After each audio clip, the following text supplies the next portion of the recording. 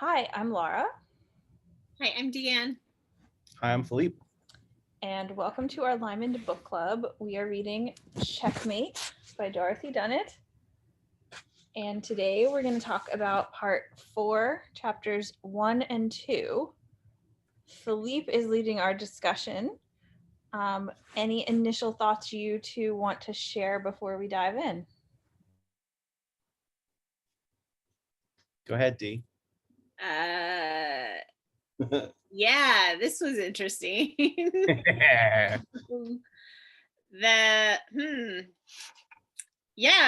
I mean, so we'll get there when we get there.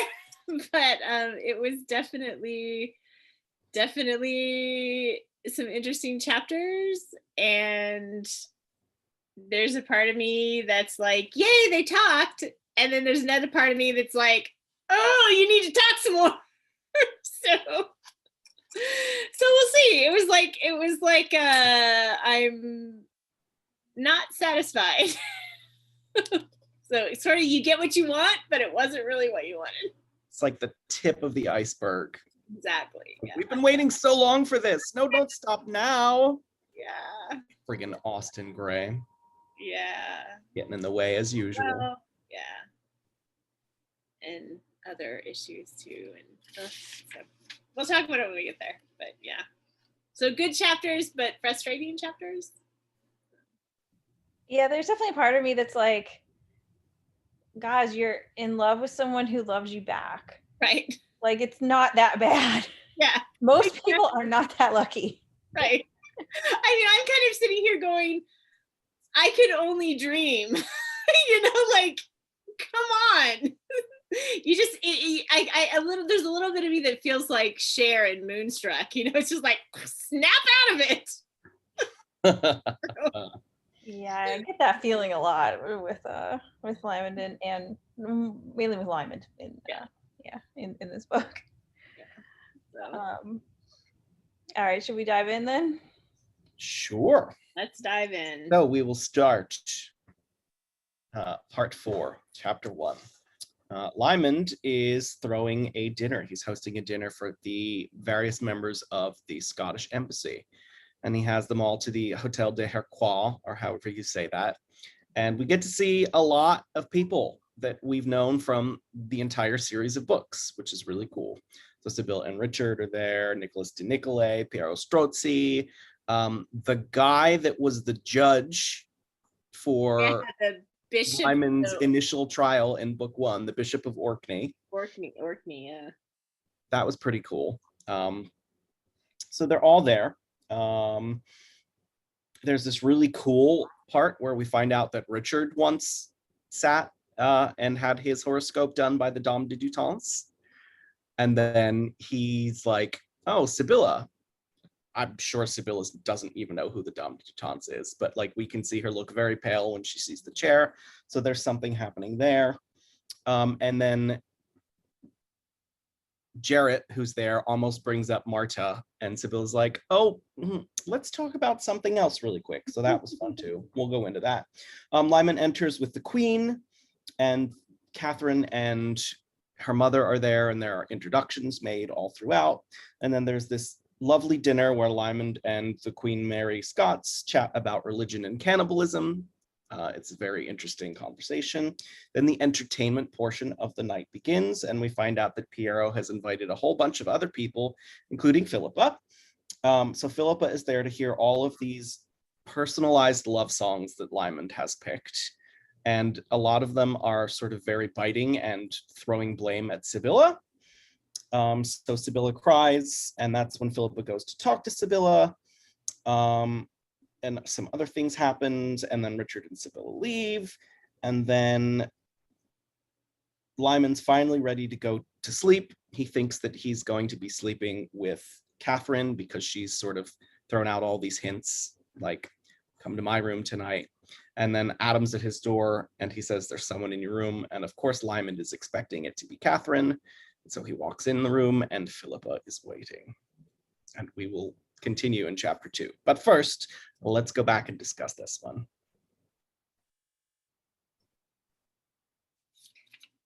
Quite a bit happening. Hey. I like that we start out in Richard's point of view because we so rarely get his point of view anymore since he's barely around. And I like his memory of his school days at the Sorbonne and how he used to look at this house and throw pebbles over the wall, and now he never would have thought he'd be there at a reception for his brother as an adult 30 years later. Yeah. I loved the contrast between this party and our earlier party that was a disaster, you know, and this party was like flawless, even with Strozzi, like, who by the way is terrible. I was so annoyed with him in this chapter. I was like, you awful person. But even with him like actively trying to like throw a wrench in the works, the party still goes off flawlessly. Like it's just a tribute to Lymond's like strategic planning and organization skills and creativity and all of that. And so it was a nice contrast just to see kind of that overview of the party, I thought. Do you think Strozzi was being malicious though? Because I always took it as like he thought he was just having fun and he didn't realize that how serious it was. No, I think he was being kind of mean. Like I don't think he was necessarily being like evil, but I don't think he was trying to I think he was trying to mess up the party and for his own entertainment. I think he was trying to like, let's throw these people in here and see what happens. And the see what happens meaning trouble. Like, yeah, but I mean, the worst thing that happened by far was Philippa being there and having her feelings hurt. But Strozzi has no idea she's in love with Lymond, so he didn't intend that. But you'd have to be an idiot not to know that to bring someone's wife to a party that is publicly about a new wife would not be a disaster for at least the women involved. Like, either he's a complete idiot about people or he's being cruel. Like, I think those are our options. They're known to be friends. It's pretty widely known that Lymond and Philippa have no love for each other.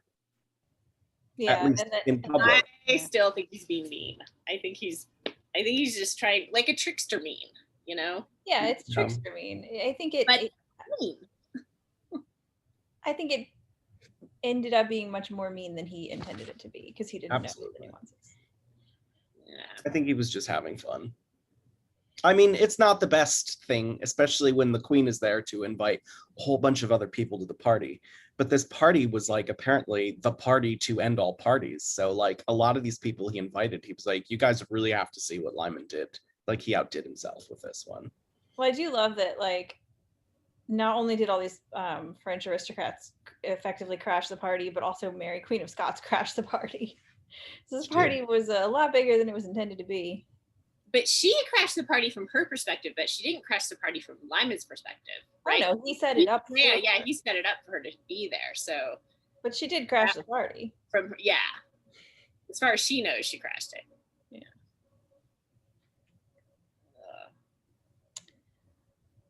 I was very happy that Nicholas de Nicolay was there. Yeah. Although there was no agitating of the toes or throwback to it at all.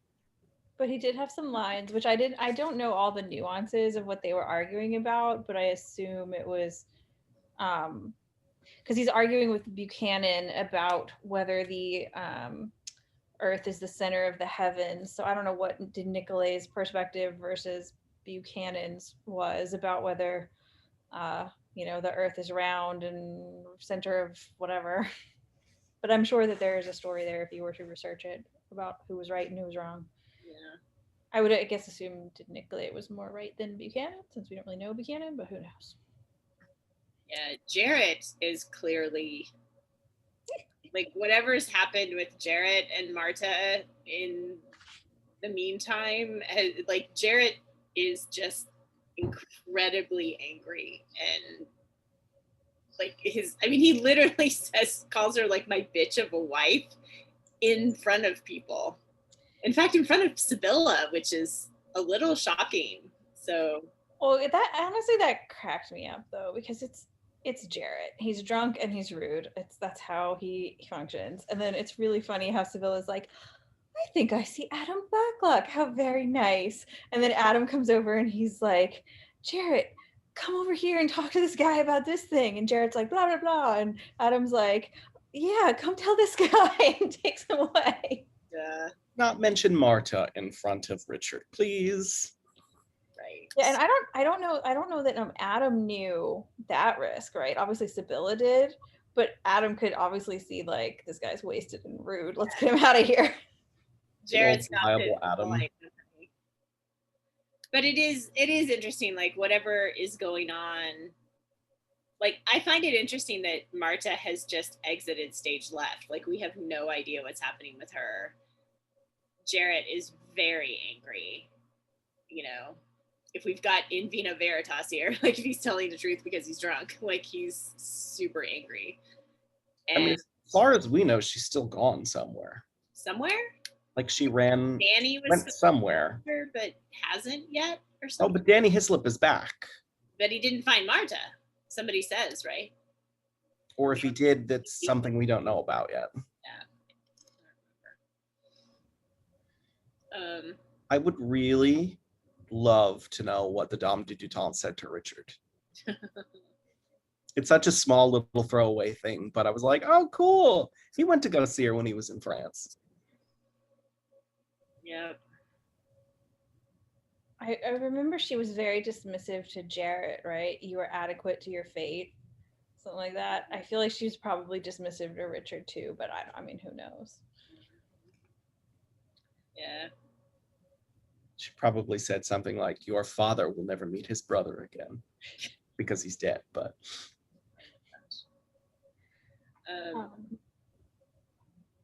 So there's a couple moments on 4:30 as they're going in that are interesting. One is the fact that Lymond's his what's it called?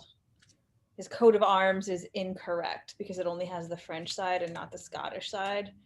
And the Lyon King of Arms is like, oh, he did it wrong. I'm happy to advise him on how to do it correctly. And it's like, no, he did that on purpose. Rejecting his family. And then right after that, there's a moment where Richard says to Sibilla, if he shows you any shadow of discourtesy, I shall leave and take the commissioners with me. For some reason, the strain left her face and she smiled at him. He did not understand her. And I feel like this was a cool moment because it illustrates how he's like Gavin and not like Gavin.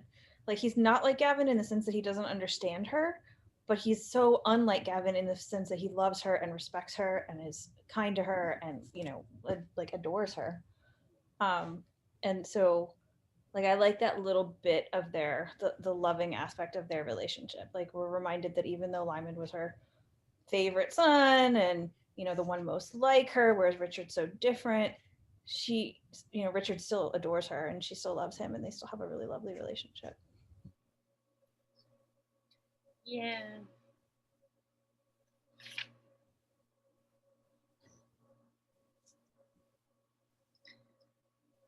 I thought her comment when she's talking to Bishop Reed on 433, where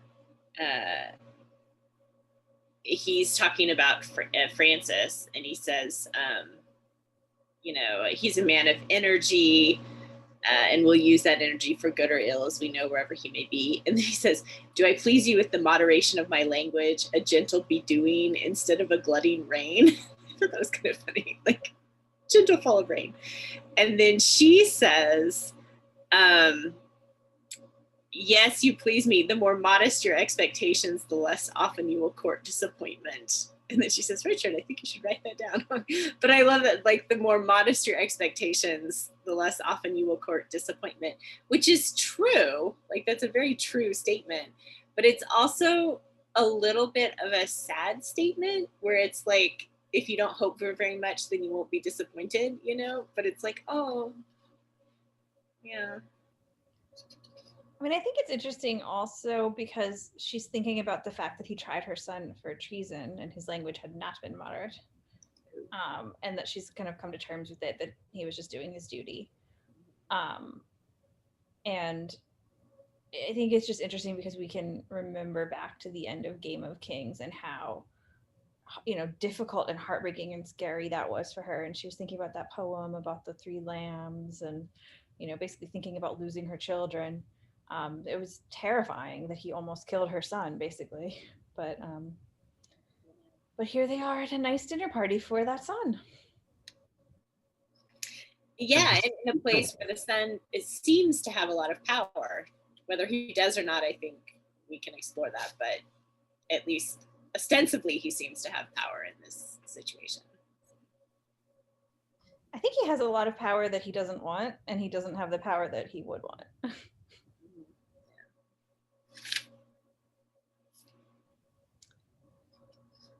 So what do you make of his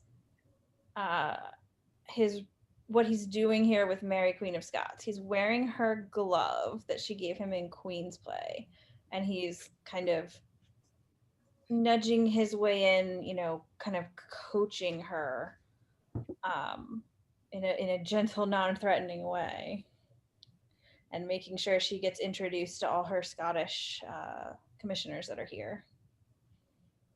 I mean, the overarching sort of message seems to be that she should listen to multiple voices. Like, that's kind of the message I got, where he was sort of like, what if people tell you this, then you should listen to, like that she shouldn't be only listening to like one advisor, or that she shouldn't only be listening to the French, basically, but that she should also be listening to the Scottish voices and the other voices who, visit the cannibals and like who comes in and all that. So, I mean, it seems like he's trying to sort of nudge her towards at least a relationship, if not loyalty, to the Scots.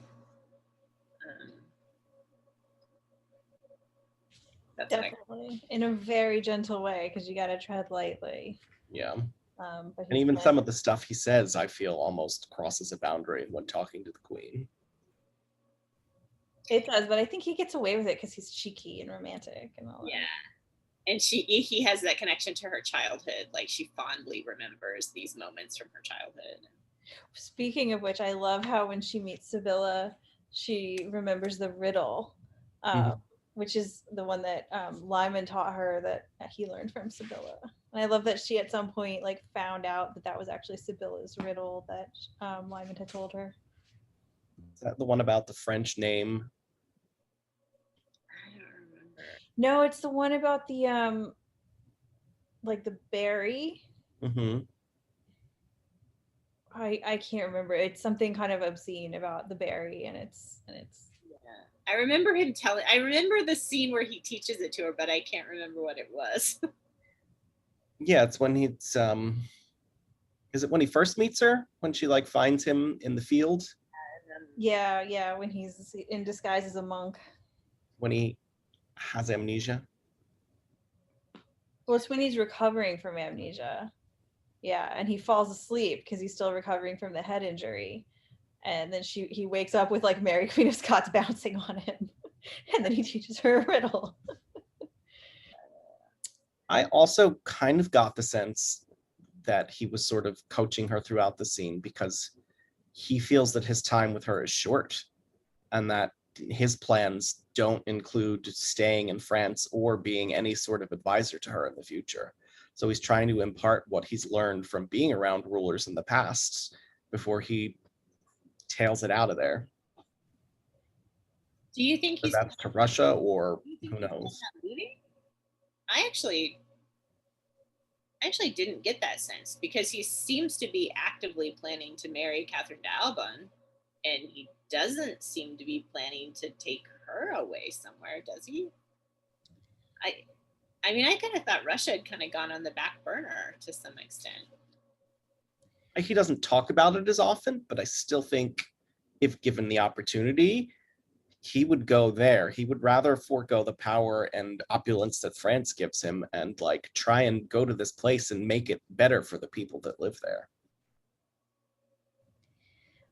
I would argue, remember when we're in his point of view about the headaches and he's thinking like, oh, at a certain point, I won't recover from them. I think he just thinks he has a shortened timeline. So he probably figures he won't make it back to Russia and he'll just like make the best of it here in France until he drops dead. Yeah. Or becomes so disabled he can't function. So I think you're probably right, Philippe, that he does want to go back to Russia, but then D, I think you're right that he's not really thinking about it seriously because he doesn't think he's gonna like live long enough for it to be worth it. Yeah. I mean, the basic sense was I felt he was telling her all these things because he doesn't feel he has that much time with her, whether it's because he's leaving or he thinks that he's got something fatal. It's all the same.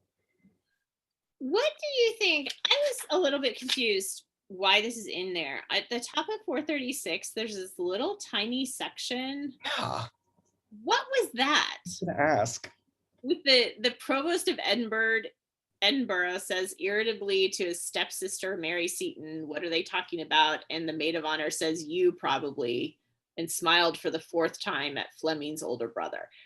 That seems to be important because it's offset all by itself. And I'm like, I have no idea. Like, who are they? I've forgotten who these people are, if I knew, or. I was expecting more of those little asides, like almost it was just banter that's happening at this party, but like it's the only one. Exactly. So that's what I was thinking too. Like, oh, there's going to be like little bits of all these people talking to each other, but there wasn't. It's just this. And so then that makes this little thing feel really important because it's offset and clearly like intentionally there. And so I'm like, what the hell is going on with this random? I just took it as kind of like some flavoring of like the outskirts of the party. I didn't take it as like a serious thing because it's kind of a joke about someone who's on the outskirts asking what they're talking about, and the joke being, oh, you probably, which of course they're not talking about this guy, and then she's smiling at Fleming's older brother. So presumably, if you know Scottish history, maybe they got married someday. I don't know. Oh, that could be it. Mary Seton, is she one of the four Marys that's sort of waiting on hand for Mary Queen of Scots? Yeah. Mary Seton, Mary Fleming, and I don't know who the other two are. Okay, so aside from a little joke about Russian alcohol looking like water, which I thought was kind of funny. It tastes like water. Like water, but it doesn't taste like water.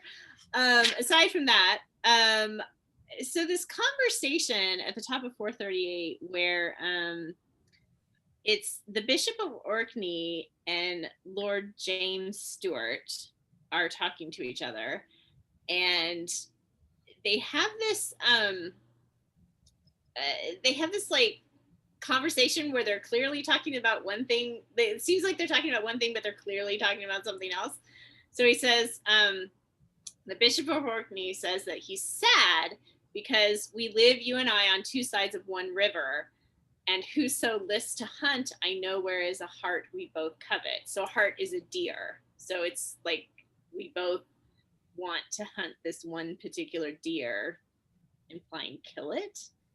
And then James says there's a remedy, and Orkney says, is there? I doubt it. There might have been in the past, but this hart is 10 years too young, I fear, for his destiny. So I'm assuming they're talking about Lymond, but why? And why is he too young? Like, okay, so I know the first part is, so the Bishop of Orkney obviously is Catholic, and James Stewart we know is Protestant. So the Catholics and the Protestants in Scotland both want Lymond on their side. They both see that this is a powerful person that would benefit their cause. Right. So that's the heart they both covet, and the river is like, I guess, Christianity, and they're on either side. But the 10 years too young, I don't know for sure. My best guess is that he's thinking he's too immature, but I don't really know. I mean, that seems so odd because they've had like evidence of Lymond's capability for years. Like he's been known as someone who's competent and all that. So like I was wondering if it's something about like he was born too late for something to experience something they wanted him to experience, or he's not I don't know. Or Is- maybe, oh, go ahead. Is there any sort of age requirement in the Catholic Church for holding like high office? Like maybe he was like, I want him to be like a bishop, but he's too young for this yet. No. What if it's because Richard is 10 years older than Lymond? What That's if what I was gonna he's say. not the heir? Yeah. Oh. What if it's like, oh, we wish he was the Earl and he's not the Earl? That's got to be what it is. Yeah, that sounds right. Yeah, that's definitely it. Yeah, I just thought of that too as we both like had that. So I was like, wait, no, it's this. Eureka! Yeah. It's just interesting, right? Like this idea that Lymond would have had this great destiny if only he'd been the heir, which I think he struggled with in Queen's Play too. But he is. Yeah, that's what I think he is. The question is, if he learns of it, okay, well, that's not the only question. If that's the case, like if this is true, if he is actually legitimate and Richard is illegitimate, if Lymond learns about it, will he ever tell Richard? And if he does tell Richard, would he ever pursue, like, would he do anything about it? I think the answer to those questions is both no. Yeah.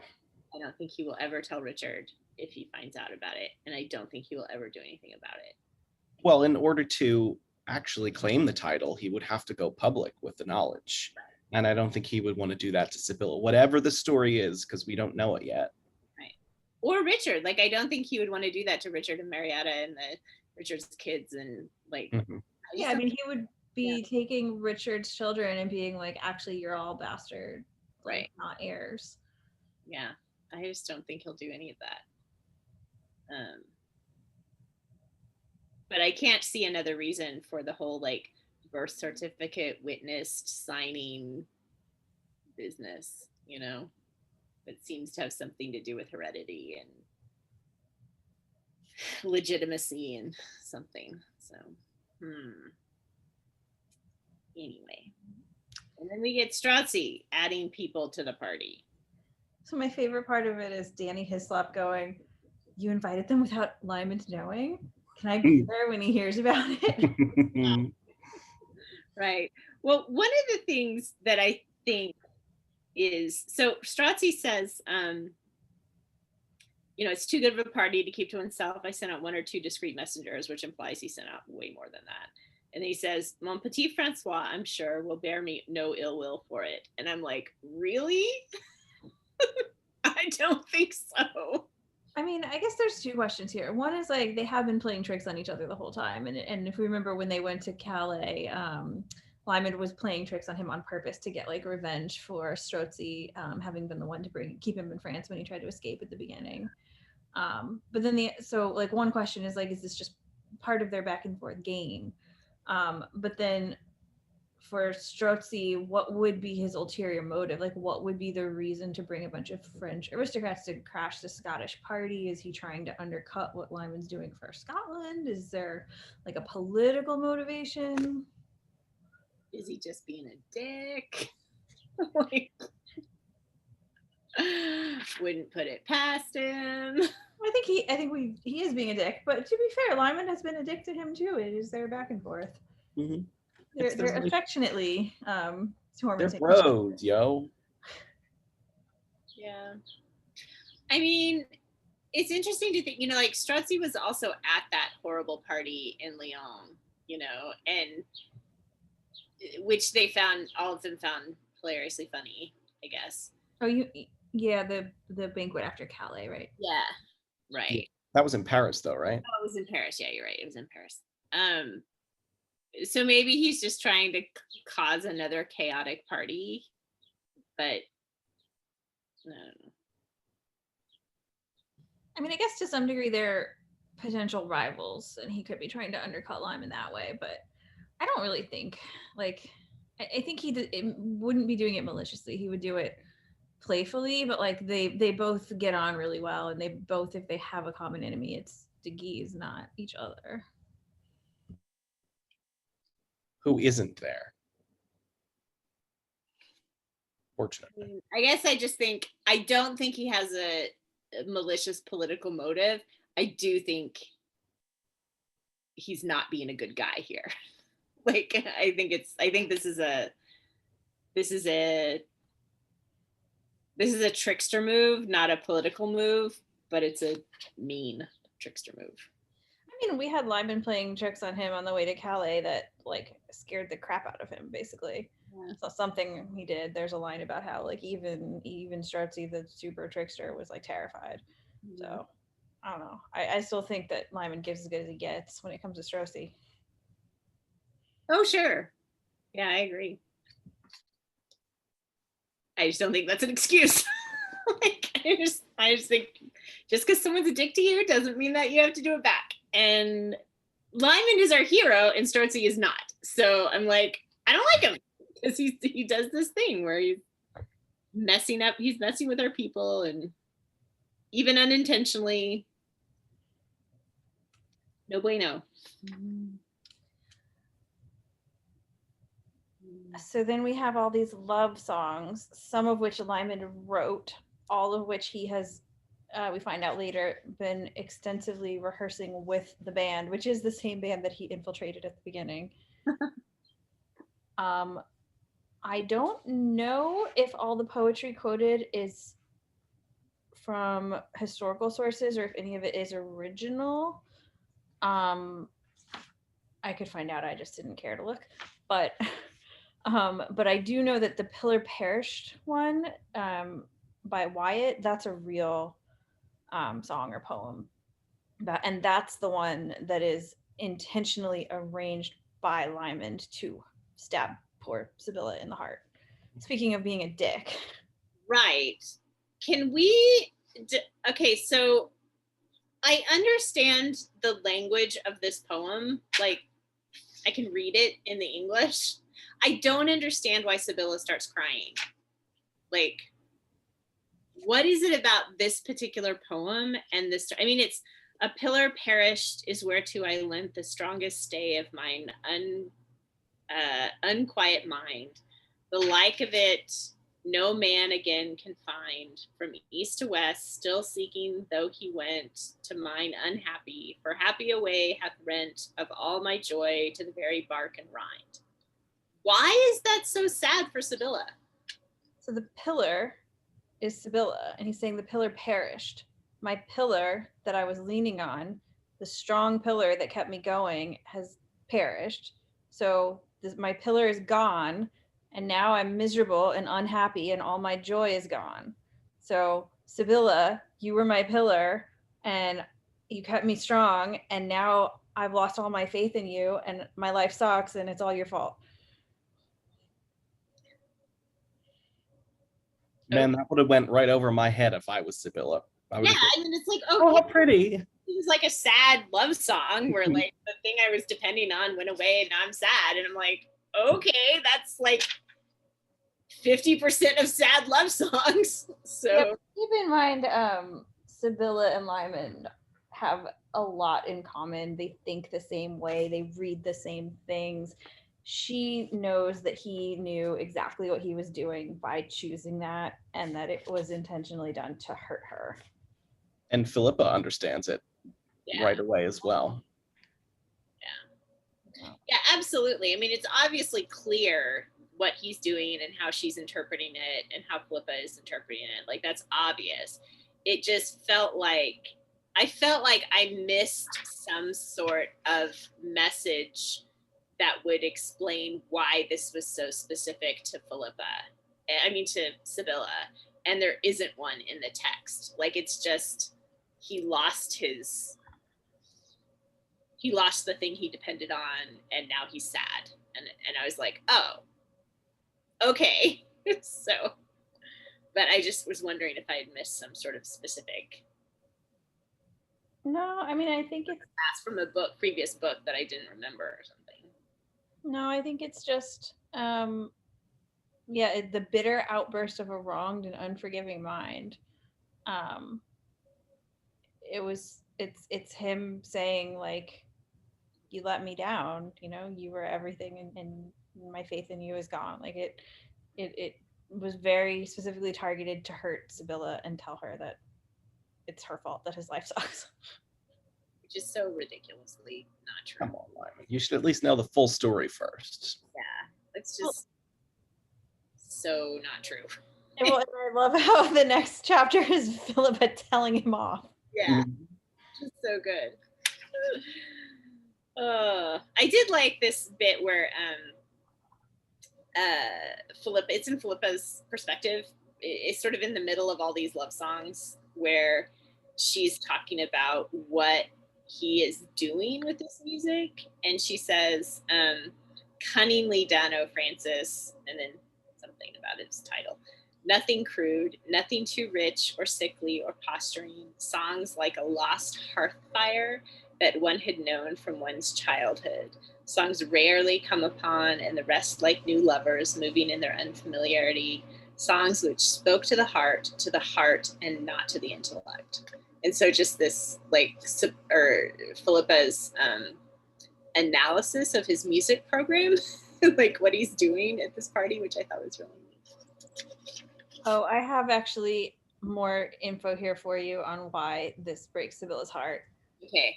The Dunnett Companion. So like, what is going on here? Yeah. Okay, Bill, so I'm just gonna have to read, it's the second half of this, because it cuts off after Bark and Rind. So then, Right.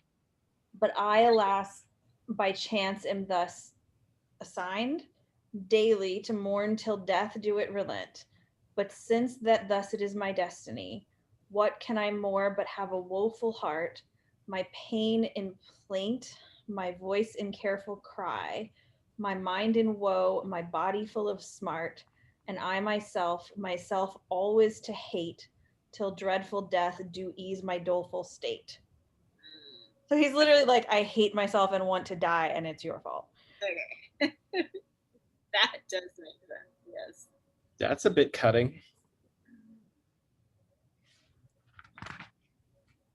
Which makes sense, the next lines about how it's a safe scourge to use. No one beyond himself and Sibilla should have been present to know its significance, which makes sense if she knows the rest of what it says.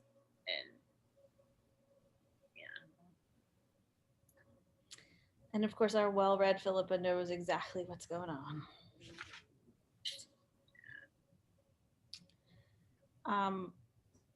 I do also like how this is sort of it's like a mirror to Queen's Play in a way, this whole scene, where he's arranged all the music and written a lot of it, and it's a party with a bunch of French aristocrats, but now he's the one in power rather than the jester, and he's in control rather than out of control. But there is this like, yeah, I like the reminder of that he's this artist also, that he would have totally had the capability to arrange and write and coach, the musicians. Yeah, I thought the same, that it's such a contrast to Queen's Play, where Tatty Boy was, out of control and it's so much excess. And then this program for this party is very much in control and designed and carefully created. Oh, and I also like how he's so professional at it, and I forget who it is, if it's Philippa or someone who even thinks about like how well rehearsed he is and how he goes through it all so smoothly. But it goes back to those dinners he'd have at Guzel's where they would flawlessly host, and like now it's paying off here in this situation. But I really like how Dunnett brings together all 5 books into like everything in its culmination in the final one.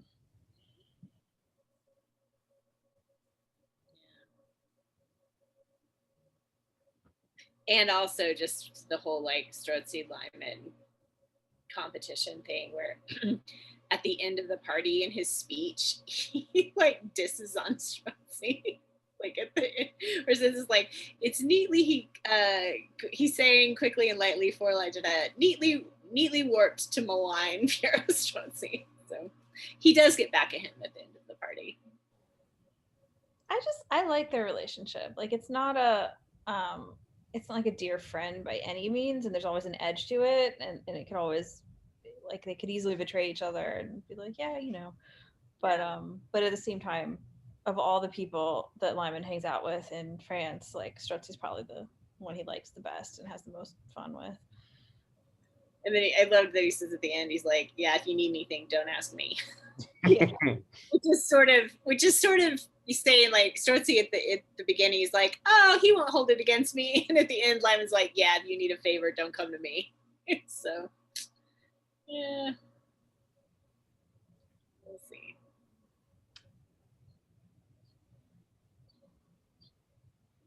So what did you think of Sibilla kind of quite telling Lymond, if it pleases you to ask me again, you must not be surprised if I refuse you, meaning to visit him?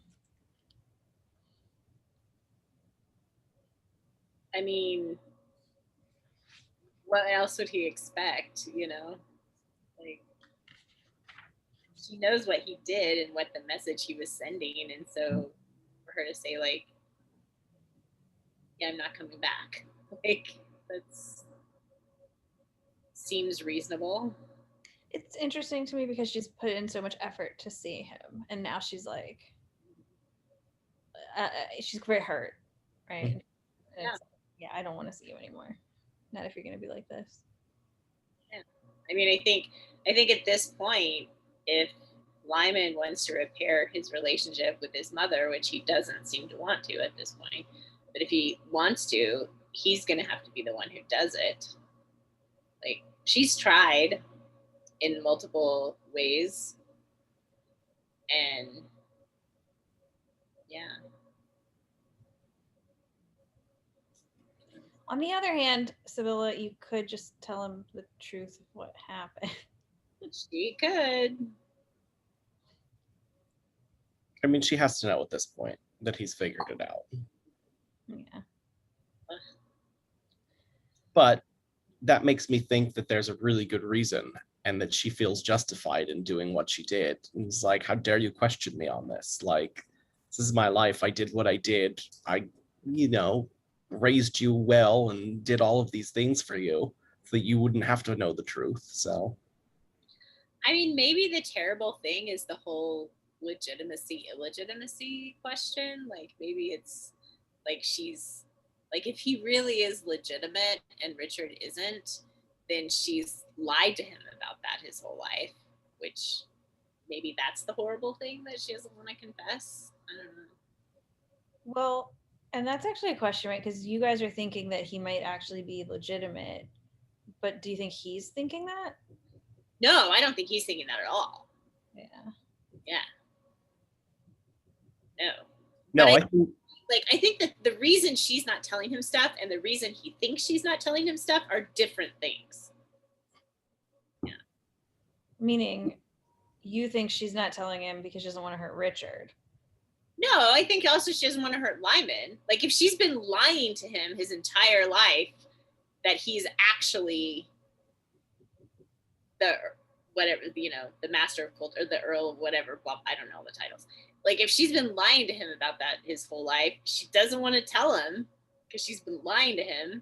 And she had good reason at the beginning, but lies snowball and they get bigger and all of that. But I don't think he has any idea about that at all. right. Nope. And he's just assuming that Sibilla was with Gavin and then slept with Gavin's father. Right. I don't think he has any idea that there was a relationship before Gavin. That's what I think. Which is what we're assuming, which is really the only way that he could end up being legitimate. Yeah, I think he thinks his mother cheated on her husband with her husband's father, and he's like very scandalous if that's what really happened. Like, he just doesn't. I don't think he can reconcile that with the Sibilla that he knew growing up, and so he's like, "You weren't who I thought you were," and so he's just like rejecting everything. And if he thinks about it, if this is probably why Gavin treated him so horribly, is because Gavin knew the truth the whole time, that his mother cheated on him and took it out on Frances. So he's probably blaming her for the way Gavin treated him as well. Right. Yeah, my miserable childhood was all your fault, even though she is the one that protected him. Although, I mean, there's also like if there was another guy in the picture, like, why did you stay with Gavin, but I mean, question marks. Question mark. Like, yeah, very good question. Yeah. And it's not like women had the power to just like leave that they have now. Right. Like, now it's hard. Especially with once Francis the First died, and Lymond was what, 3 years old when his father died. I was about to say his grandfather when his father died. At that point, what choice does she have, Sibilla? Yeah, exactly. She does have the house in France, but I guess Gavin would have chased her there. Right. I mean, if she owned the house in France, Gavin owned the house in France. Like, she's Yeah.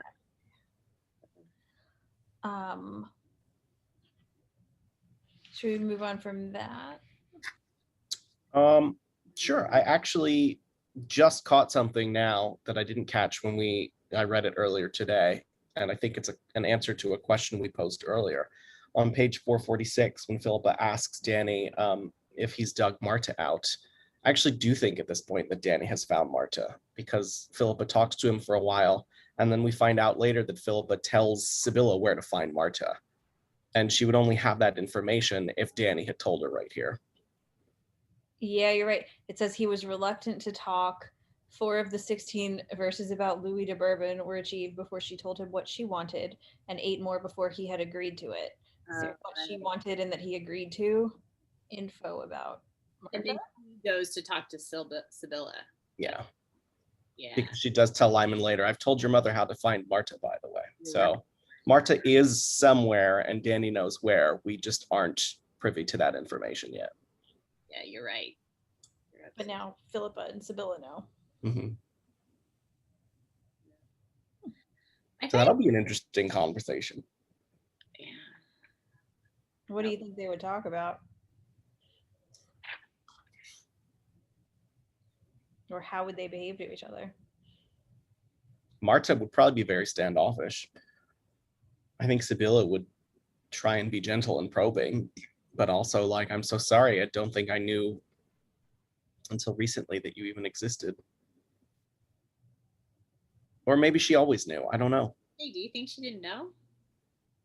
I mean, Marta was born before Lymond, so it's in the period when Francis Crawford I was not with Sibilla. I don't know. I still need to know more about the story, about what happened, before I can really answer any of those questions. Yeah. It's like, I want to know, were they married originally? Is our guess about, like, was he presumed dead about something? And then she marries Gavin, which I still find super weird. And then why did Francis I hook up with the Dame de Dutance's daughter in that? Like, so Sibilla's off in Scotland with Gavin, having Richard, etc. And Francis I is with, did we ever know the daughter's name? I don't remember. Beatrice. Yeah, you're right, Beatrice. So he's with Francis I is with Beatrice. And then Beatrice dies having Marta. And she died soon after she had Marta. It's after Marta, because she dies at the same time as the earlier kid.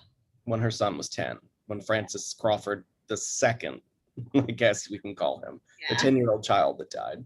Yeah. Very confusing. It is definitely confusing. It was also Beatrice's. Right. Yeah. Yeah. Which is why Lymond thinks she died into childbirth with that kid. It's just that she happens to have died around the same time as he died. But it wasn't in childbirth because he was 10 and his age is not written on his death certificate. Right. So there's like an 8-year period where, well, probably longer than 8 years, let's say 10 years, where whatever happened with Francis I and Sibilla, he possibly dies and everybody thinks he's dead. And there's a good 10 years where he's in France, or 8 or 9, I don't know, with Beatrice, has 2 children with her. And then when Sibilla comes back to France, maybe she comes back to France because she discovers that Francis is still alive. Right. And that's when she's with him again in the house at the Hotel Sphere, and that's when Lymond and Eloise are born. Yeah. And then he dies, and they have to go back. She has to go back to Gavin. And like, I'm wondering if there's some element of she's married Gavin before Francis, like if he had some sort of mortal, like almost mortal, obviously not a mortal wound, but almost mortal wound. And he's like, if he's recovering for a while from it, like, I don't know where he was in battle, somewhere like Spain or something, who knows. If he's recovering from that for a while and then he comes back and it's like, oh, hey, everybody thought you were dead and your wife married your son because she thought you were dead. Super weird. But I could see him, like, if he's sort of like loves her and is like an honorable man, he might say something like, well, I'm not going to tell them, I'm not going to let anyone know I'm alive because it would shame Sibilla. Like, you know, like publicly, like if that got out publicly, it would be a huge scandal.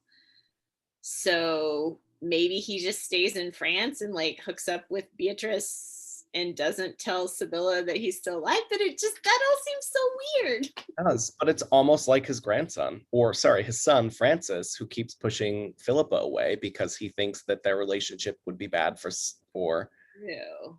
Philippa.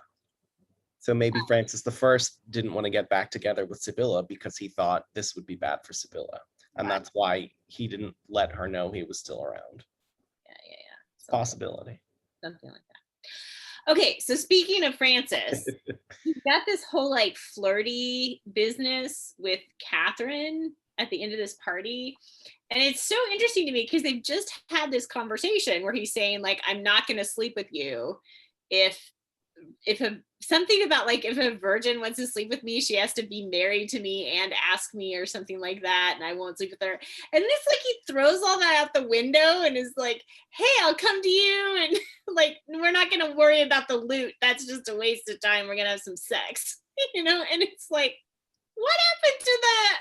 You're going to have to be married to me and ask me, like, that felt like a turnabout. It felt like a change in his, I don't know.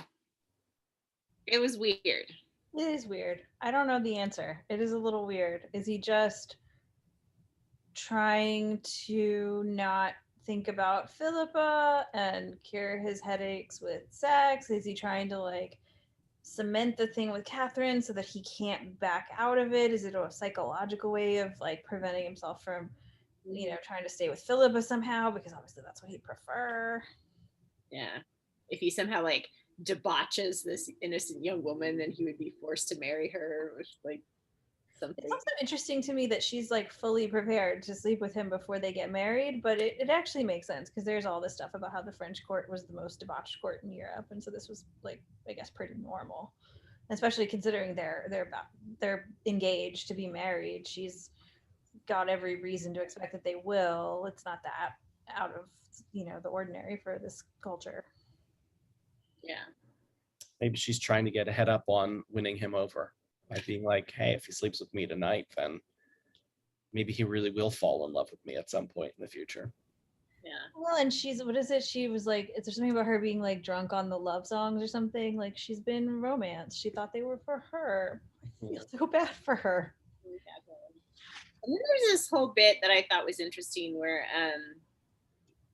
he talks about Catherine as formless clay and that he can mold her. And it says, some of her gifts he now knew and some he would have to find and foster. He'd done it often enough, but never before for himself that he remembered.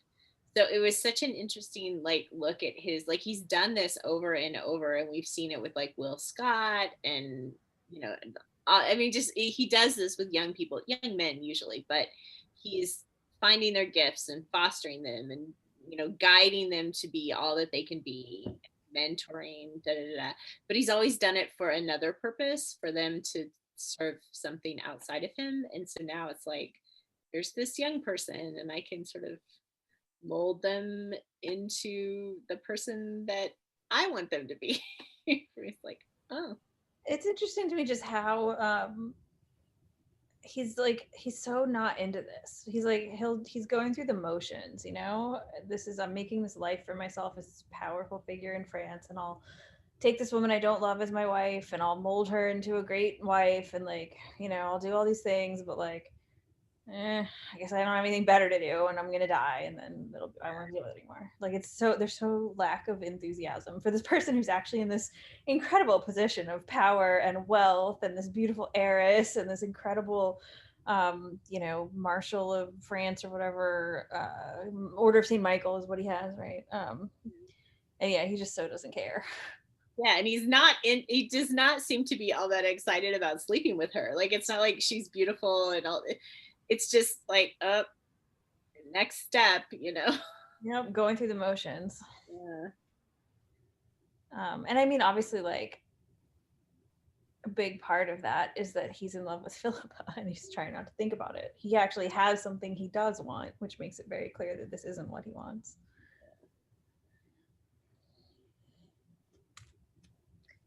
Yep. And then Philippe is in his room.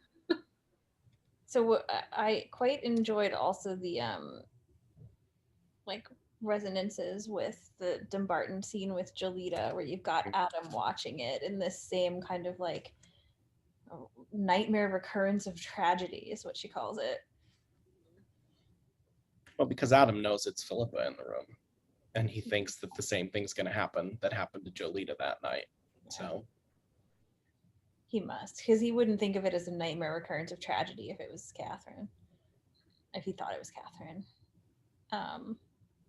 What did you think of Lymond's recollection? I think it's Lymond's, or is it Adam's, of what happened with Jolita? He had induced her to serve him all that night as his desires inclined, crude as old Cranmer's vows de necessity. I thought that was Adam's recollection, because that's what he said when the door opened and Adam was right outside and Jolita was inside. Yeah, I thought that was Adam's perspective as well. But it's yeah, you're right. I think you're clear. Because we were in Lymond's point of view, like going up to the room, but then we switched to Adam's point of view, and there's a couple moments where it's clearly Adam's point of view. So yeah, I think you're right. That is Adam's point of view. So Adam wasn't in the room, so it doesn't really tell us anything about what happened. Yeah, because I don't see any reason Lymond would equate going into the room with Catherine with what happened with him and Jolita. Yeah, you're right. At least I hope not. No, which is good, because I like the ambiguity about what happened with Jolita, that we really have no idea, and that yeah, she could have been just as, I mean, obviously there's an age difference, it's a big deal, but that she was probably being the violent one in that room, not him. Well, I guess he still has a scar somewhere. Yeah, on his chest. It was clearly violent and aggressive in that. And Gabriel with their matching carved in like 8-pointed crosses. Oof. All right. Any other thoughts on chapter 1? It's a nice setup for what's about to come. So chapter 2. All right. I actually did not take a lot of notes, because most of me reading this, I was in thrall of the conversation that I'd been waiting for to happen, and I didn't want to stop to write anything down. So in a very quick sort of recap of what happens, Lymond goes in the room with Philippa. They have a confrontation scene where among the things that happen is that Lymond tells her what happened the night, that he tried to kill himself. Then he tells her he's in love with her because she wants him to say that it's Kate indeed. And then she breaks a glass. And there's a whole lot of other stuff that happens that we'll go through in more detail. That's when Austen comes in, Philippa runs away and Adam follows her, and then Austen and Lymond have a ridiculous little fight because Austen thinks that he has forced himself upon Philippa. That's not what happened. And it's just a miscommunication. And that's pretty much what happens in this chapter, but a whole lot more. Well, and then don't forget poor Catherine waiting alone in her room for 3 hours. Yes. And there's a bit with Archie at the end too, where he sends a note, and That waiting alone for 3 hours is the thing that kills me. Like, I feel so bad for Catherine. I probably would have just fallen asleep, especially with the amount of wine I'd had. I'd be like, oh well. No, she thought this is the man she's in love with, and she thought she was going to lose her virginity this night, and instead he doesn't show up. And There's no way she's fallen asleep. No, she must have been so excited and so happy and thinking the songs were for her, and then he doesn't show up, and her heart is broken. It must have hurt so much. I feel so bad for her.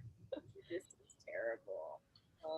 Well, prepare to feel a lot worse for her, because I don't think there's any way that Lymond and her are actually going to get together. Nope. And Philippa kind of comes out swinging in this conversation. I mean, just with, you know, the man who finally emerged from it all isn't worth helping, and in a few years there'll be nothing to choose between you and Leonard Bailey. Like, ouch. That's Yeah. Well, and she just calls him on all his excuses. He's like, I was drunk. And she's like, you were sober when you arranged it. Right. And probably, he says, it was probably unjustifiable. And she's like, probably unjustifiable. Yeah. Oh, she's so badass. But then she reveals the end of her, I mean, it's just, that whole paragraph is so interesting because it's a speculation about what's going on in his head, and it's her reveal that she knows who his father is. Would you have let her off if she had confided in you as you grew up that you were a bastard? Or will you never really let her off because she cared more for her lover than she did for any child he might leave her with? Have you ever tried to analyze her motives or yours, or are you still standing outside your grandfather's door kicking it? Oh, Christ, Philippa. Yeah. And then it just takes I mean, literally just the man suddenly winded. Like, it just takes his breath away and he sits down and, She's the only person on planet Earth that can outmatch him. Yeah. I guess Sibilla used to be. I love how, even though she has to pull it out of him, he's so honest with her about certain things in this scene. And yet, all she has to do is tell him about Leonard Bailey, and still she doesn't. Well, she's trying to. I mean, I guess she's trying to protect him. I get that, but. She's pulling a Lymond. I'm not telling you for your own good. Doing exactly what Lymond did. There's so much of this. I'm not telling you for your own good business. Ugh. Just communicate. Yes. I'm like, even this, so good. I mean, it is really impressive how honest he is with her, though, telling her, like, admitting basically the truth about who his father is, telling her the truth about trying to kill himself, like he tries not to, but then he does, telling her the truth that he's in love with her, like, it's just, we never see Lymond like this, just being honest like this. Well, and the only reason he's doing it, though, too, is because she's pushing him. Like the bit about the suicide, like this suicide attempt, you know, he tries to get out of it. Like, he tries to give her this story that's sort of true, but definitely not true. And she's like, I should like the truth. I haven't had it yet. You know? She just doesn't let him. She doesn't let him off the hook, you know? And she can see through him. She knows him so well. Doesn't she actually look at his hands and see what they're doing, and that's how she knows he's lying? I was like, she knows too. Always look at his hands. Oh, I could be wrong about that. No, you might be right. I'm sure you're right. Yeah. He had turned around and put his hands out of sight on the edge of the table behind him. Philippa said, I should like the truth. Yep. It was the hands. She saw him hiding. Because she can't see his hands and he's hiding them. Yeah. Because they're probably shaking. I mean, they're really tremorous by the end of the scene. So. And she's basically like, you can tell me the truth, or I'm going to ask Mr. Nostradamus, and he will definitely tell me. So you should tell me. Oh, yeah. And then just the way that she has an answer for everything he says. Like, he's like, it's none of your business. And she's like, you're having me followed. I'm not allowed to say I'm not your business, so you're not allowed to say you're not my business. It's good. He also describes himself as an individual with a chronic inability to suffer reverses. I mean, not entirely true. He's survived a lot of reverses, but he's certainly stuck on this one. Yeah.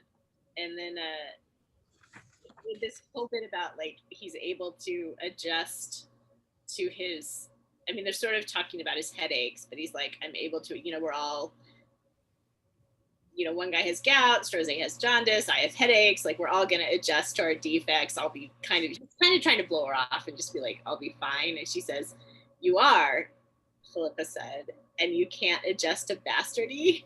And he's like, give me a day. And she just totally calls him on it. She's like, you've known for years. You've guessed this for years. You don't need a day. You sit on trouble, don't you, until it blows up in your face. And there's this whole thing of like a woman can stop the headaches, and then she's remembering him saying, you should have let me go to Catherine.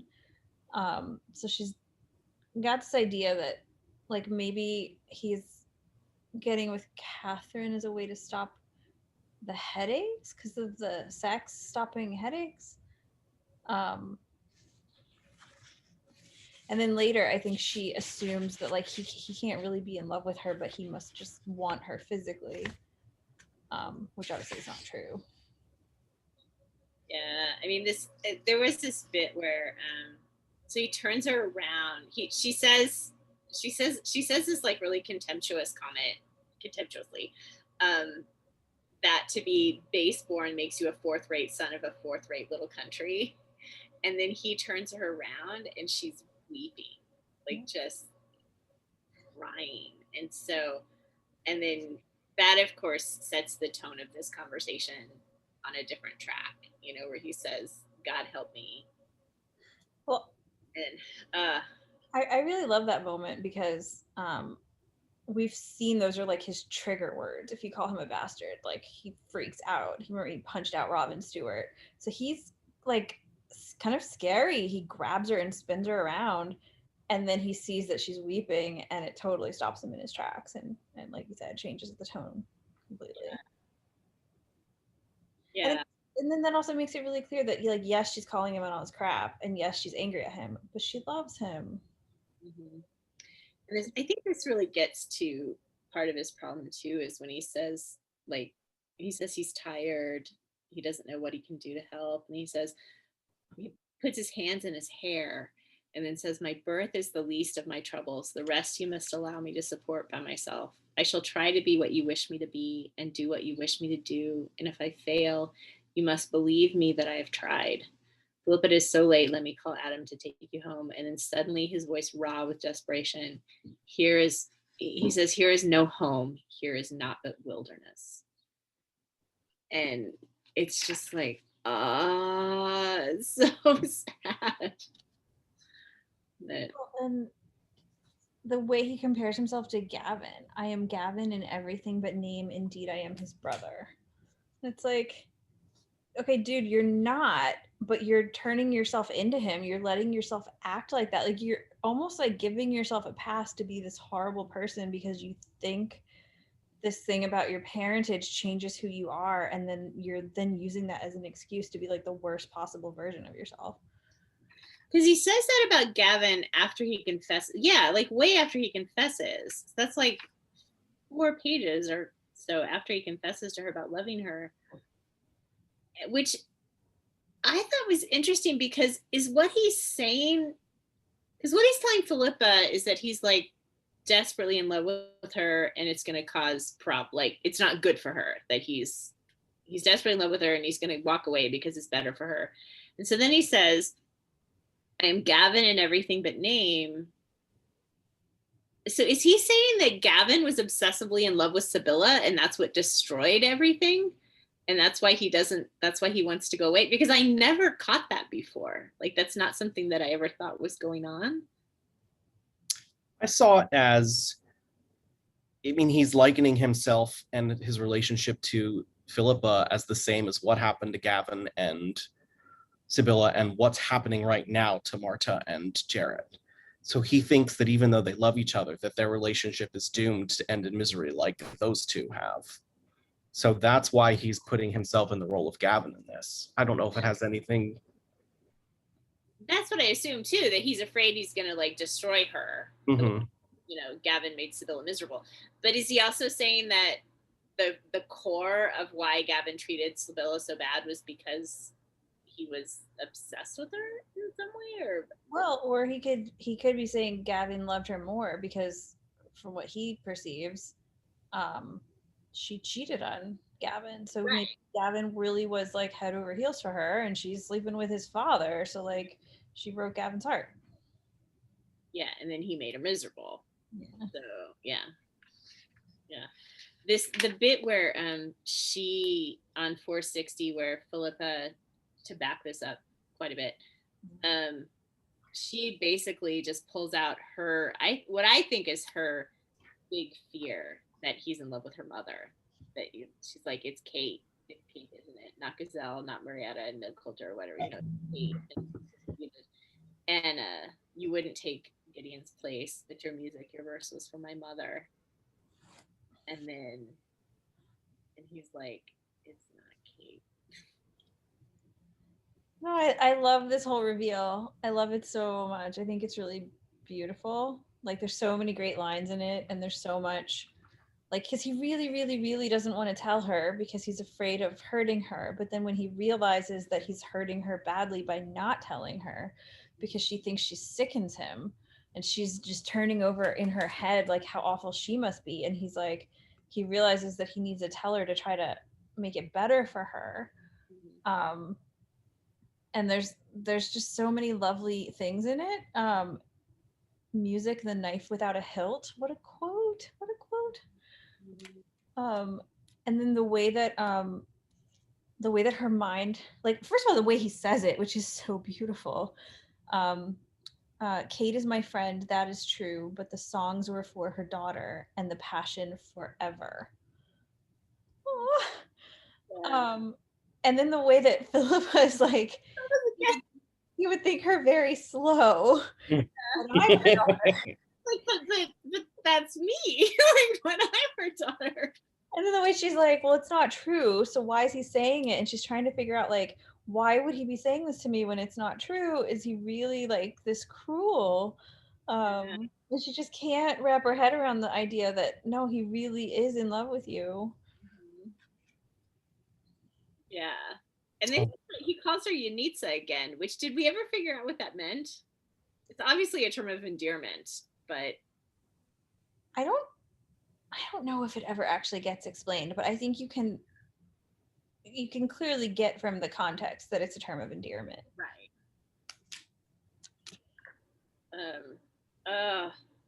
And then she just goes through all of her memory of like all the, you know, yeah, when he did this to him, and then he, you know, it just yeah. But then she comes to the wrong conclusion. She's got love did not make for the long absences, the abrupt avoidals, the lack of all physical contact. But it's like, yeah, love does when you're trying to deny it. He's been avoiding you because he's in love with you. And then she has this memory of when he said, the truth is, when they were going to the banquet. And it's a quote, the truth is that thy body is free of all shadow, blah, blah, blah. And she takes it as love didn't act like that, but hunger does. And she's like, oh, he doesn't love me. He just wants me physically, which is not true. But like, seems to be the conclusion she's arrived at. And then she's like offering to sleep with him at this point, which is like, wow, Philippa, really? Yeah. Oh.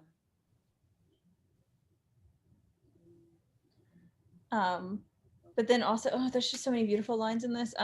He did not know, but could be told that to her, his reasons for abstaining were baseless, that nothing mattered but this, that the moon was here in her fingers. She is so in love with him and she wants him, and the moon is here in her fingers. She thinks. He still has all his walls up despite telling the truth. He's still not going to sleep with her. And he's like, I've opened this door so that understanding each other, we might shut it together. What an awful. Yeah. Yeah, and then it's like, and at least you know that is not Kate and you do not sicken me. But like, this is impossible, you know, what they're doing. Restraint is the remedy. Restraint and not exaggerated gestures of self-abnegation. Because Lymond is known for his restraint, but he actually has been with Philippa. That's restraint has been his whole like, stay away from her, don't talk to her. And then he says, like, this is such a like, you can see what he thinks of himself, where he says, no, I'm not infallible. She asks, like, do you know my feelings better than I do? And he says, no, I'm not infallible. You might, without my crediting it, fall deeply in love and forever with some warped hunchback whelped in the gutter. I should equally stop you from taking him. It's like, oh. Yeah. Well, yeah, and her, God in heaven, do you think that I care? I know you don't, but you must excuse the hunchback who does. He does, yeah. It's like, ah. And then Austin comes in. Like, so if you put together all the threads, I mean, in this, it's his self-loathing keeping them apart more than anything else, right? Because there's a whole conversation about his suicide attempt, which seems very juxtaposed with the love confession, but these two things go together. The reason why he's not pursuing the love is because of the self-hatred, which goes back to the second part of that poem that we didn't know until you read it. But like, that's all about like how I hate myself and want to die, and that's all wrapped up together. Yeah. Right? And how could he inflict that on he doesn't deserve her, and he's, okay, before we go on to Austin, though, I have a bunch of other notes on this. Yeah, I have a couple things too. Well, so one thing is he remembers the night in Top Copy, or sorry, she remembers the night in Top Copy where he said, poor Eloise, tell me, I can't understand. Why did you do it? And she says she didn't understand it then, but she understands it now. What does that mean? Was that him thinking that Eloise was suicidal? Like what he was talking to Richard about? Which... It is, but how would Philippa know that? Because she wasn't privy to that conversation. I guess it depends if the you is Eloise or the you is Sibilla.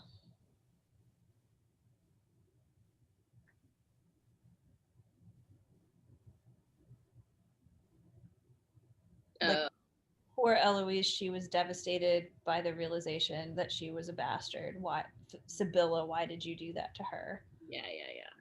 Or it could be poor Eloise, I can't understand, why did you let yourself die? I think the you is Sibilla. Oh, I thought the you was Eloise. That makes more sense if the you is Sibilla. Because when we first read that scene, we thought he was talking to Eloise in his sleep. Right. But if that whole phrase is talking to Sibilla, that makes sense. And then she said that Sibilla had not told him yet. We also have, when one human being is trapped in the net of another's grand passion, it's a tragedy. It happened to Gavin and Sibilla. So there is definitely the idea that Gavin had like a grand passion for Sibilla. That was the line that made me ask that question about, like, does Lymond think that Gavin's like grand passion / obsession, whatever, with Sibilla is what caused all of the horribleness in their relationship, and therefore his love for Philippa will also will go down this same road because he's like his brother Gavin, and therefore he'll treat Sibilla horribly. It's kind of like, I just want to go, just don't. Like if you're afraid that you're going to treat Sibilla horribly the way that your brother treated your mother, just don't do that. Philippa. Yeah. He'll treat Philippa poorly. That's what I mean. I don't know what it, yeah. If he's afraid that he'll treat Philippa the way that Gavin treated Sibilla, just don't. Only they didn't have rhyming names. Yeah. I think it's like I think it's part of the like his whole like I am Gavin. Like he has such a low opinion of himself that he thinks he's this uncontrollable monster. Like it's like this weird like absolving himself of responsibility for his own behavior and being by far, the worst that we've seen him. Because he thinks that he can't possibly be any better because his blood is tainted by the way he was born. Like, yeah, right. And it's just like, that's not true. Like, it isn't. Remember when you made the choice between the two boys and you were like, birth doesn't matter? Like, right. But it's like his brain and his like instincts are just going against each other. Yeah. Philippe, I have a bunch more, but do you want to talk about yours? Because you might have something to say. Well, that was one of the things I wanted to bring up, the memories of the night at Eloise. And then my other thing happens almost right away. And it's kind of common sense, but it's something I never realized, is we finally get an answer to how Lymond came about owning Sevigny, that he leased it from his grandfather, that he ended up buying it. I was like, that makes perfect sense. I don't know why I didn't see that before.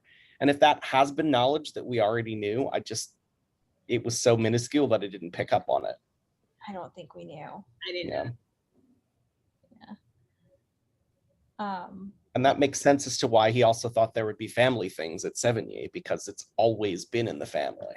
It isn't something that Lymond sort of just happened upon. Right. Which I remember asking that question way back in like Game of Kings or Queen's Play. I can't remember which, but it's like, why the hell does he have this estate in France? It's so weird and random. Yeah.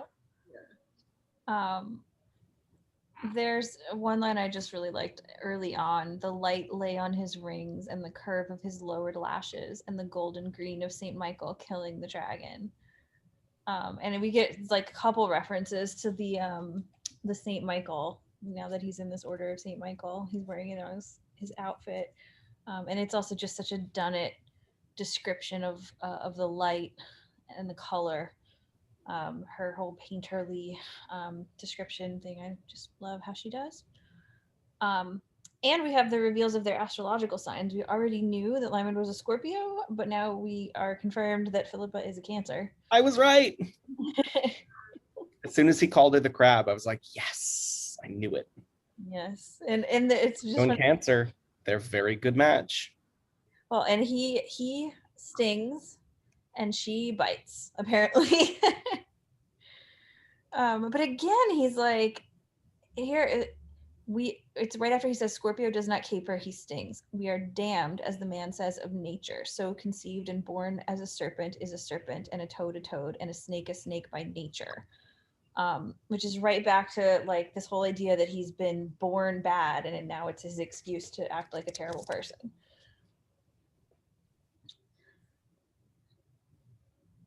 Not a good excuse. Going back just a little bit from that, there's a conversation that I'm not quite sure I understood, and I can be a little bit dense. But Lymond says, please allow me to finish. You asked me to analyze my motives. Look at your own, Philippa. The visit tonight hasn't been about Sibilla, except insofar as you wanted to punish me. It hasn't been about Catherine either. If Austin will forgive you anything, why should? And then he stops and completely changes tact. What was he about to say? Well, not only does he change tack, but he starts laughing and he says, the wine speaking, I beg your pardon. Mm-hmm. And his smile was unforced and sweet as she rarely saw it. So the why you're here part is very clear. He's saying you're here because you're jealous, which continues on to the next page, where he like makes it very clear that he thinks that she's confronting him out of jealousy and not for those other reasons. Mm-hmm. And then she gets upset about being dismissed as a female, because he's basically like, you're jealous, go home. But what he was about to say part, the why should, I don't know. I highlighted that too because I wanted to get you guys' thoughts on what he was about to say. Was he about to say something that revealed he was into her, that would have like been a comparison that like led on? or I don't know. Yeah, I just wasn't quite sure where that was going. I can totally see that her being there for jealous purposes, but, or at least in his mind. I mean, I think I read this. This isn't as far as you want to punish me. It hasn't been about Catherine either. It's Boston.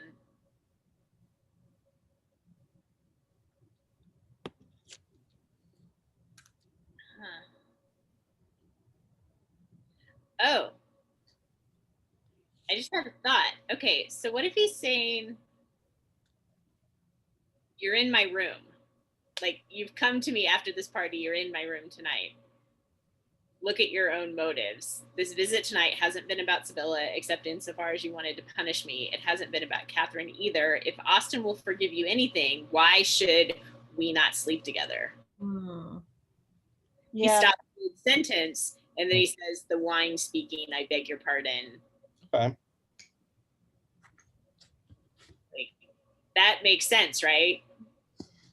yeah, that is Yeah, a- that does total sense. And then he's like, "I shall find someone to see you home." So he's like, it's the wine speaking, you need to leave. yeah, because he is super attracted to her, so all this like restraint is the answer is like a response to his own wanting her. He Right. definitely does want her, and when she interprets it as like, oh, he wants me, she's not wrong. It's just that Right. she doesn't realize the extent to which she's like head over heels in love with her, and he doesn't only want her physically.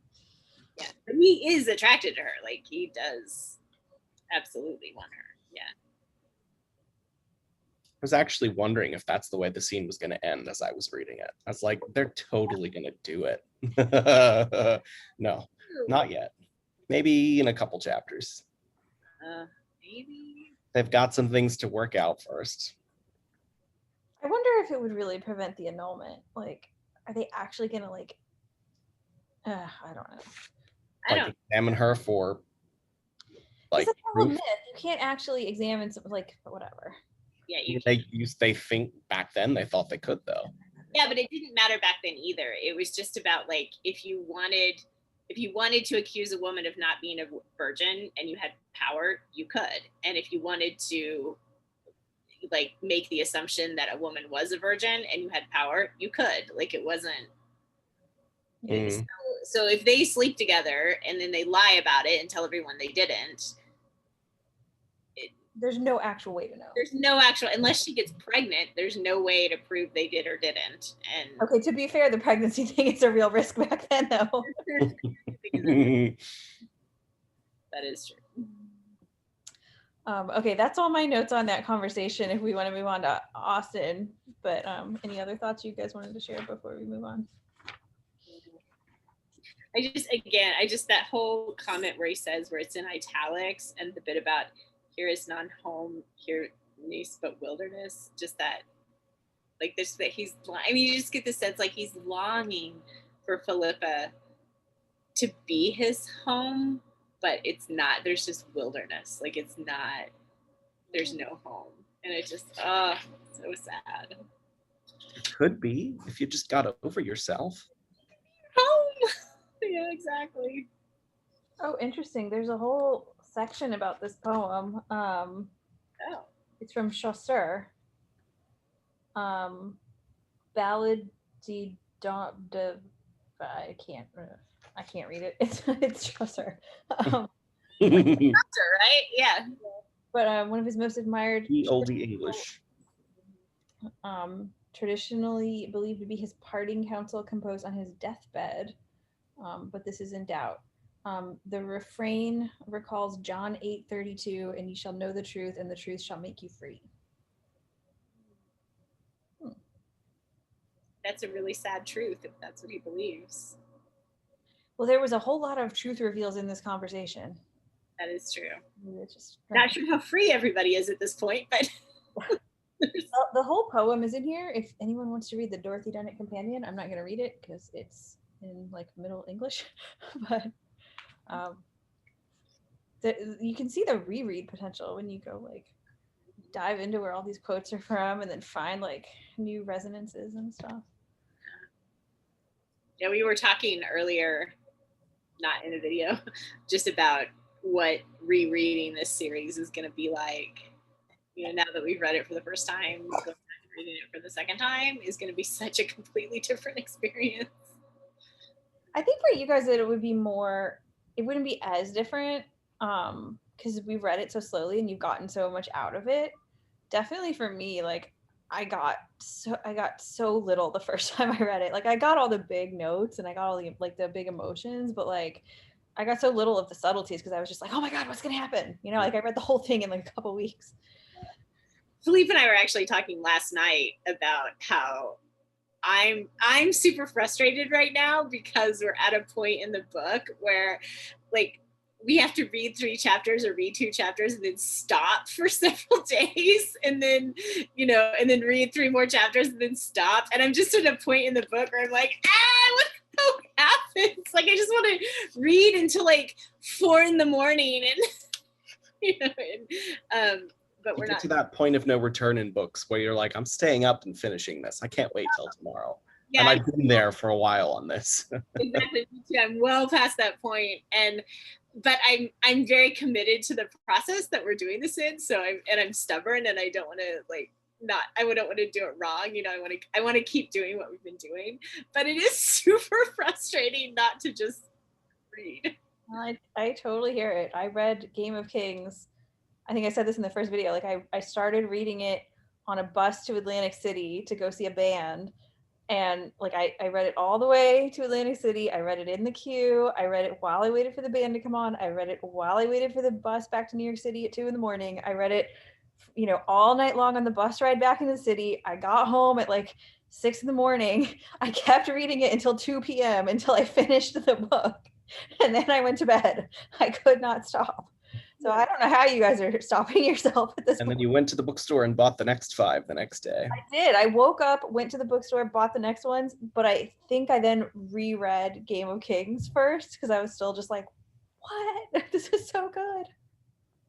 Yeah, I think the only thing that's keeping me from reading the rest of it is just my inner stubbornness about like, no, I'm gonna finish this project in the way that we're supposed to finish it. And that's literally the only thing that's keeping me hanging on. We're almost there. You can do it, Dee. And Yeah. we have been doing this book a lot quicker. So Yeah, that's true, because we've been filming like twice a week. So that's actually been helpful to go through it faster, a little bit faster.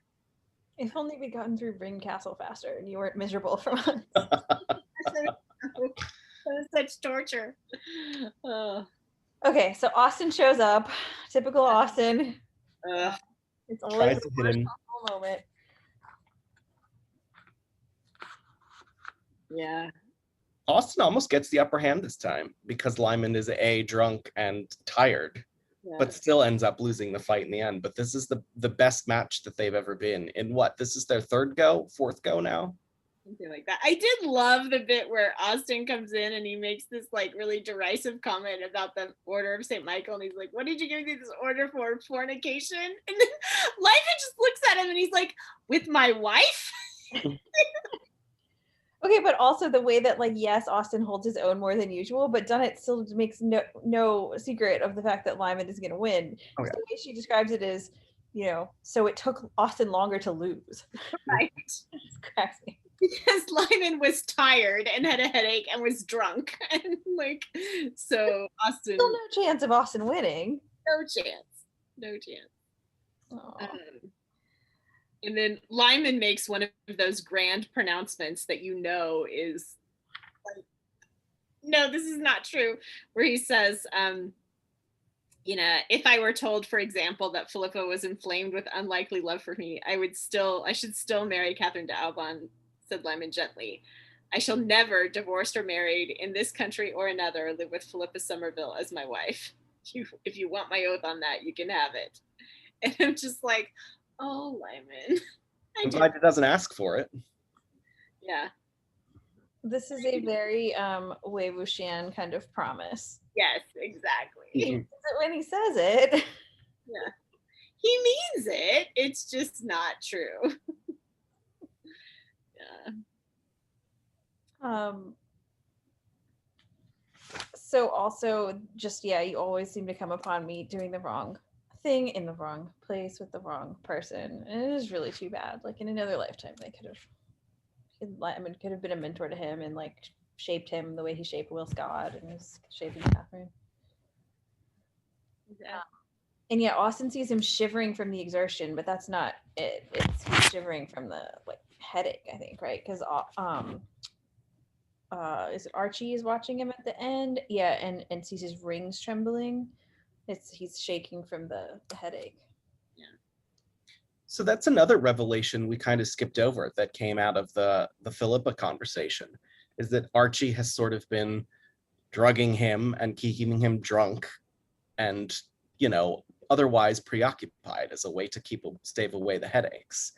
That doesn't mean he's like feeding him opium again, is it? I mean, it says he puts a mild opiate around, to the side. Yeah, he had left some mild opiates in the room. The boy could use them if need be. Yeah. That's never good. Lymond back on opium. Yeah. I don't know. I mean, it's kind of oh, go ahead. Not as bad as it was, but still. I mean, they are incredibly limited when it comes to painkillers. Like there just aren't a lot of options. So some form of laudanum, which is an opiate, is probably somewhat ubiquitous. That at least it was in later centuries. I don't know about the 1500s, but this is very much playing with fire, given Lymond's previous opium addiction. For sure. Well, and I love how Archie is in bed worrying, thinking elephants gave you less bother any day. Oh no. Which makes me wonder what's going on with the elephants. Like, yeah, who's looking after the elephants? Who's got the menagerie? Like, clearly he left like a trusted second in command in charge because he would not have done any less for them. And also we can probably assume that in every moment that Archie isn't with like Lymond or Philippa, he's probably going off and like taking the opportunity to visit his elephants again. I hope so. I wonder how Huey's doing. There's a whole menagerie that needs taking care of and expertise and all that. So also an answer to a question that nobody asked, but Lymond says, I go to take my rest after the manner of the Antibates. Probably saying that wrong. Sleep well. Austin could not remember who the Antibates were. And the answer is they were Roman gladiators that had to fight with helmets that had no eye openings, so they had to fight blind. So he's saying he has a blinding headache coming on. Okay. That seems like a really dumb form of helmet. Well, remember the Romans would make the gladiators fight each other for their entertainment, so it was probably right. Oh no. Okay, it was a gladiator. That makes sense. I thought for a sec. I don't know why I thought you meant like a Roman soldier, and I'm like, that seems really dumb. No, gladiator. Makes sense. Yeah. Still terrible, but. And of course, it's completely lost on Austin. Which is why Lymond is says it. He knows that Austin will have no idea what he's talking about, right? He wouldn't say it if he thought Austin would get it. Oh.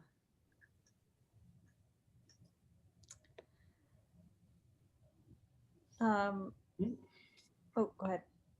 And I was just going to say, then he has Archie slip the note under Catherine's door that he got sick.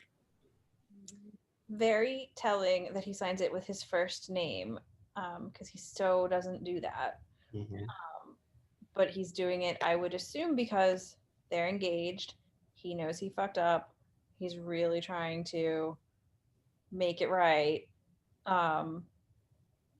But it's also kind of a concession. Like he's using his first name, but it's for this like relationship that he doesn't actually feel anything for. It's such a going through the motions thing. It's sad. It is sad. And thus we end the chapter. So any kind of overall thoughts for these two, and then like guesses or things that you think based on what happened in these two that are like how these threads are going to play out?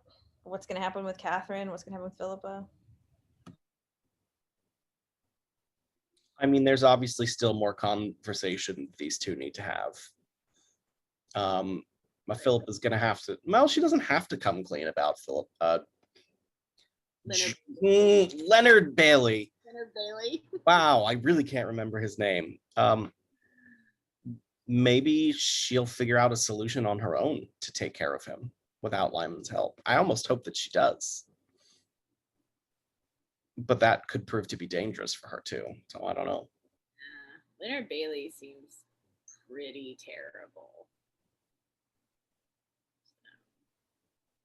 And we can't forget, we've got John Elder, the hand of Lennox, in play.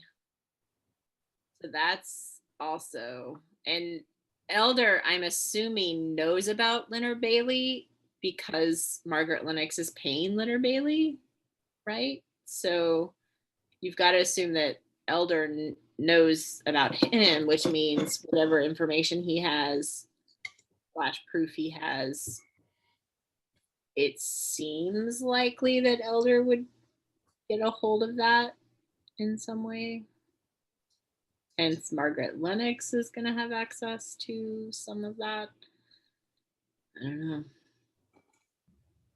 Bailey and Elder, the strings of Margaret Lennox operating them against Lymond. Yeah. And I mean, what is Philippa gonna do with this knowledge? Like, how's she gonna deal with? They're still married for another 4 weeks or something. Still the wedding, yep. Well, and yeah, how's she gonna process this whole thing? The man you love is in love with you back, but he hates himself and tried to kill himself and has shut the door on the possibility of having a relationship. And maybe he doesn't really love me. Maybe he just wants me. Yeah. Yeah, they both think the other one isn't, like, he thinks she's just got a crush and she thinks he just wants her physically. They both still don't really realize. They know, but they don't know.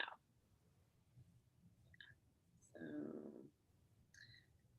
I don't know. And Marta, what's going to happen there with Jarrett and Marta?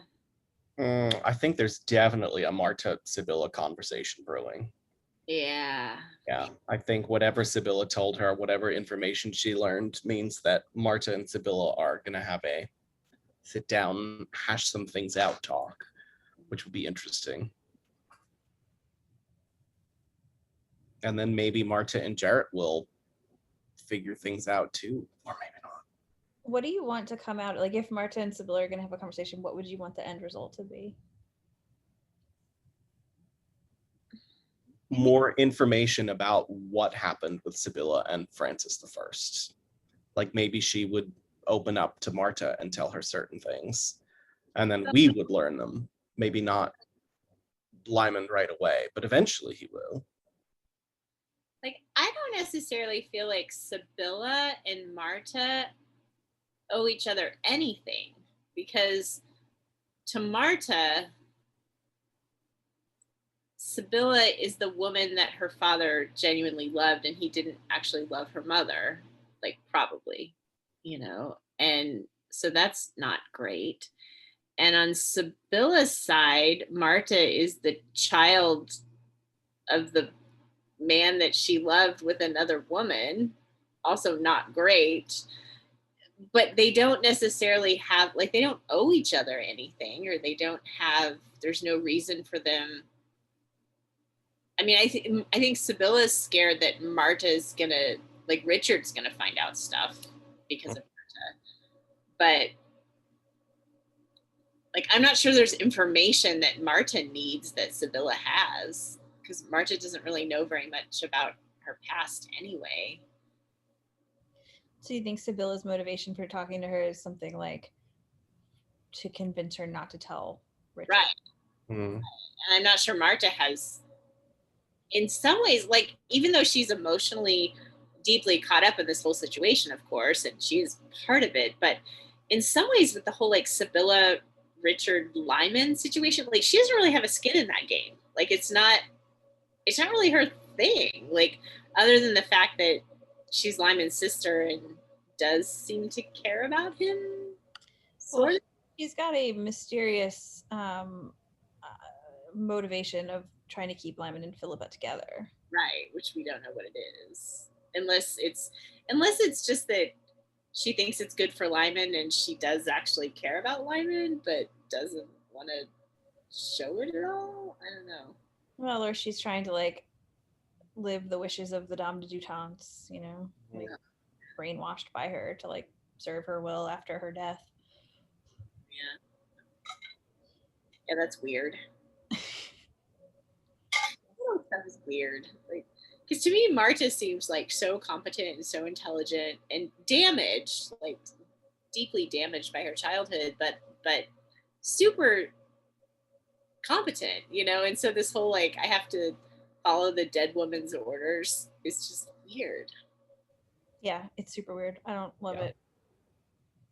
I mean, I do think, I guess this is my thought on Marta and Sibilla talking before I had read it. I remember what I was hoping for, which was that actually Sibilla would